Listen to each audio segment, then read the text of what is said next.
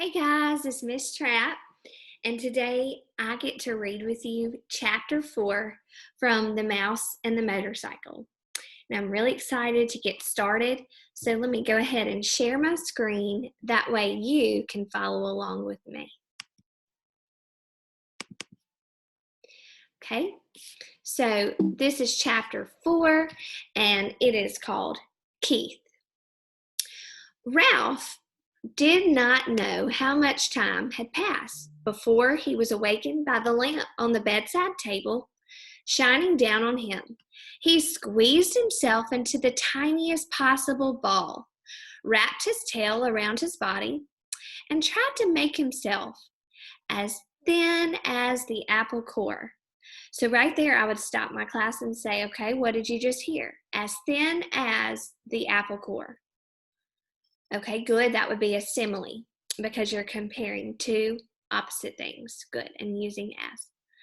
My motorcycle, shouted the boy the very first thing. Somebody stole my motorcycle. Uh-oh, thought Ralph. It won't be long now. Nobody stole your motorcycle, answered the boy's mother from 216. It's around someplace. You just mislaid it. You can find it in the morning. You had better get ready for bed now.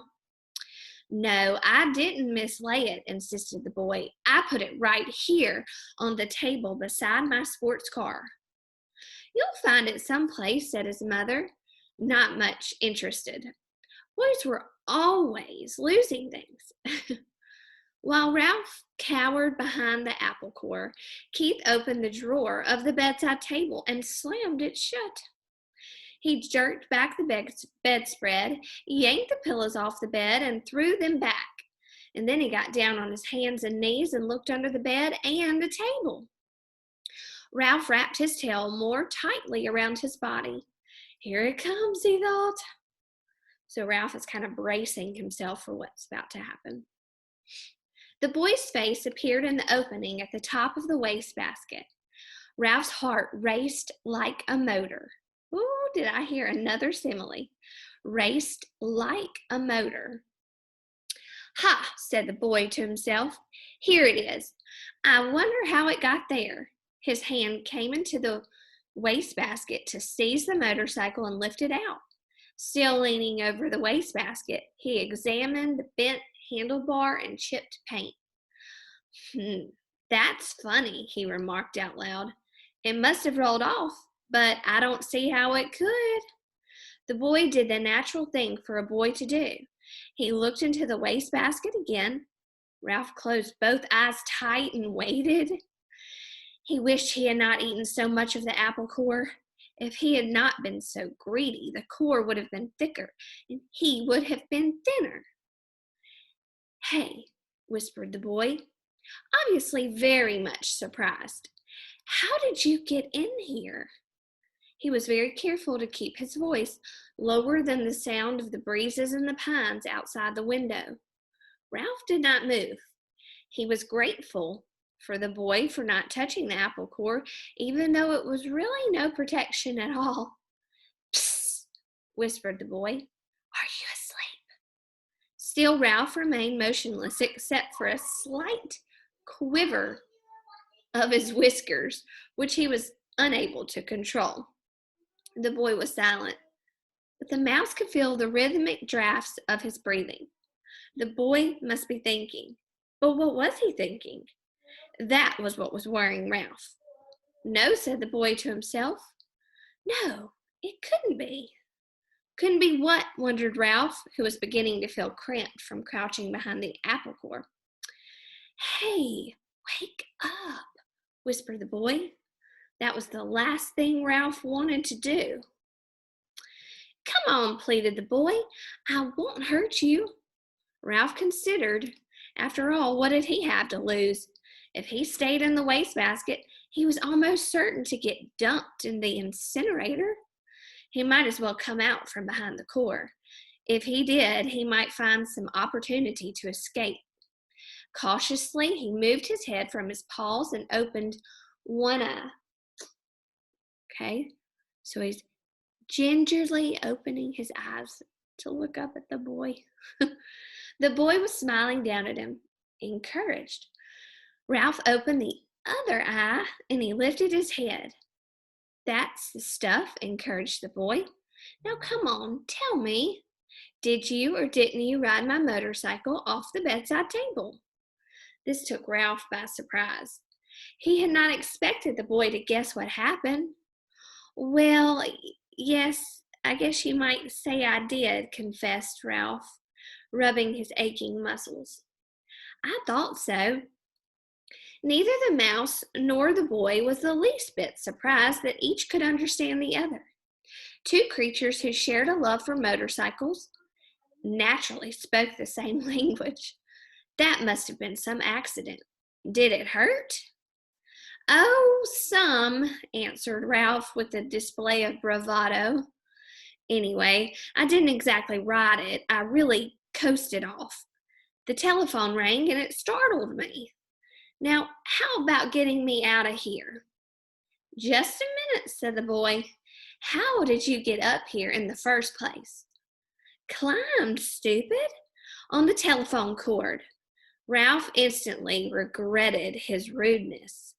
He had better watch his tongue if he expected any help in escaping from the wastebasket. Oh, of course, said the boy apologetically. I should have thought of that myself. And at that moment, there came a quick knock on the door to room 215 and a rattle of a key. Help! Cried Ralph. The maid! Don't let her see me! Before the boy could do anything, the maid burst into the room. Oh, excuse me! She seemed surprised to see a boy kneeling by the wastebasket. I've come to turn down the bed. That's all right, said the boy quickly. I can do it myself. Thanks, anyway. Thank you, said the maid, backing out of the room. Ralph knew she was not anxious to waste time turning down the bed. As soon as she finished her duties, she was going out to the parking lot to meet a busboy, a college boy, whose job was clearing tables in the dining room. Whew, that was close. The boy seemed every bit as relieved as Ralph. I'll say, agreed the mouse. Keith, called his mother from 216. Are you getting ready for bed? Sort of, answered Keith. You'd better come in our bathroom and take a bath, said his mother. Oh, gee, Mom, do I gotta? Asked Keith. Yes, you do, said his father. And don't forget to brush your teeth, said his mother. I won't, promised Keith. Then he whispered to Ralph, you just lie low, and I'll hurry and take a bath and get into bed and turn out the light. And after Mom comes and kisses me goodnight, we can talk some more. Lie low indeed. Ralph was indignant. He couldn't lie much lower if he wanted to, and he certainly did not want to sit around waiting to talk. He wanted to get out of that wastebasket. Once he was out, he would see about talking, but not before. Ralph could hear the boy splashing in 216's tub and then hastily brushing his teeth in 215's wash basin. And after this, there was the sound of a suitcase being opened and clothes dropped on the floor. The boy hopped into bed, and to Ralph's relief, the light was turned out. In a moment, Miss Gridley came in to kiss her son goodnight. Night, Mom, said the boy, sounding as if he were already drowsy. Good night, Keith, said his mother. It looks as if we are going to have to stay here for a few days. Your father refuses to budge. That's okay, muttered Keith, giving the impression he was almost asleep. Good boy, said his mother. You're a good sport. Good night, son, said the boy's father from the doorway between the two rooms. Keith did not answer. Instead, he breathed slowly and deeply, and as Ralph thought, a bit too noisily. There was no sense in overdoing things. As soon as all was quiet in the next room, the boy swung his legs out of bed, fumbled around in his suitcase, and shone a flashlight into a wastebasket. Almost blinded by the unexpected light, Ralph held his paws over his eyes. Hey, cut that out! He could not remember to be polite. Oh, sorry. The boy laid the flashlight on the bed, where its beam shone across the wastebasket rather than into it. That's better, said Ralph. Now, how about getting me out of here?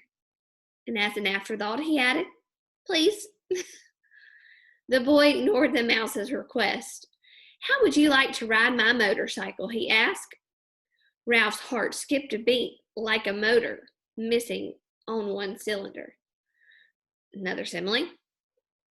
The mouse-sized motorcycle really would run after all. And there was one thing certain. Since the motorcycle really would run and the boy could not expect him to ride around the bottom of a wastebasket. Sure, Ralph tried to sound calm. The important thing was to get out of this prison. He braced himself, dreading the touch of the boy's hand on his fur. To Ralph's surprise, the boy did not reach in and grab him. Instead, he slowly and gently tipped the wastebasket on its side, permitting Ralph to walk to freedom with pride and dignity. Thanks, said Ralph, genuinely grateful for the consideration. I believe you're okay. Sure, I'm okay, said the boy, setting his motorcycle down beside Ralph. Did you think I wasn't?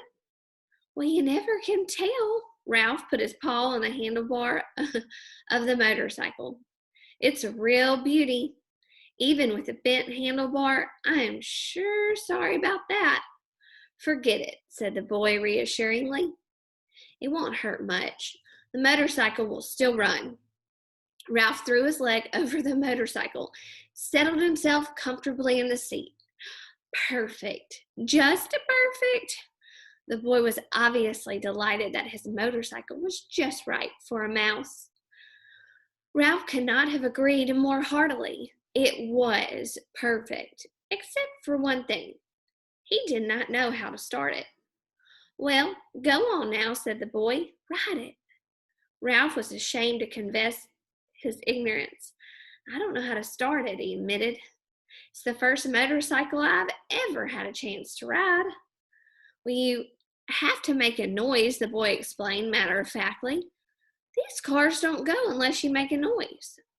The answer was so obvious, Ralph was disgusted with himself for not knowing without asking.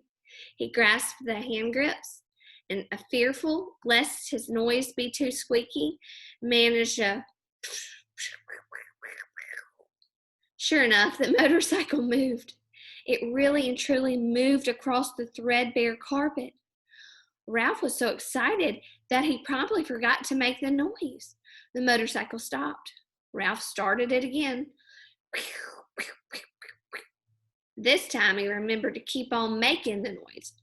He sped off into a square of moonlight on the carpet, found a good threadbare spot without any bumps. Look out for your tail, said the boy. Don't let it get caught in the spokes. Thanks for reminding me, said Ralph, causing the motorcycle to stop. He started it again and steered with one paw while he reached back and with the other caught up with his tail and held the tip safely against the handlebar. It was a glorious sensation, the handlebar, and speeding around on the carpet freely and noisily, and most of all, fast. Ralph discovered that if he made the noise fast, the motorcycle speeded up, and if he slowed the sound, the motorcycle slowed down. He promptly speeded up and raced around the rectangle of moonlight, where he made another discovery. When he ran out of breath, the momentum of the motorcycle, it carried him until he could take another breath. Gee, you're lucky, whispered the boy. In order to answer, Ralph had to stop. I am? It had never occurred to him that a mouse could be luckier than a boy. You sure are, the boy spoke with feeling. My mother would never let me ride a motorcycle. She would say I might break a leg or something silly like that. Well, if you want to come right down to it, said Ralph, I don't suppose my mother would be exactly crazy about the idea. He began to have an uneasy feeling that he really should be getting back to the mouse hole. Anyway, said the boy gloomily, it will be years and years before I'm old enough to ride a motorcycle. And then when I am old enough, my mother won't let me. Ralph really felt sorry for the boy, hampered as he was by his youth and his mother. Go on, ride it some more, said the boy. I like to watch. Ralph started the motorcycle again and rode around in the moonlight once more, faster and faster, until he was dizzy from the circling, dizzy with excitement, dizzy with the joy of speed. Never mind the danger, never mind what his mother thought. This was living. This was what he wanted to do. On and on and on. Lucky, whispered the boy with envy in his voice. Ralph did not answer. He did not want to stop.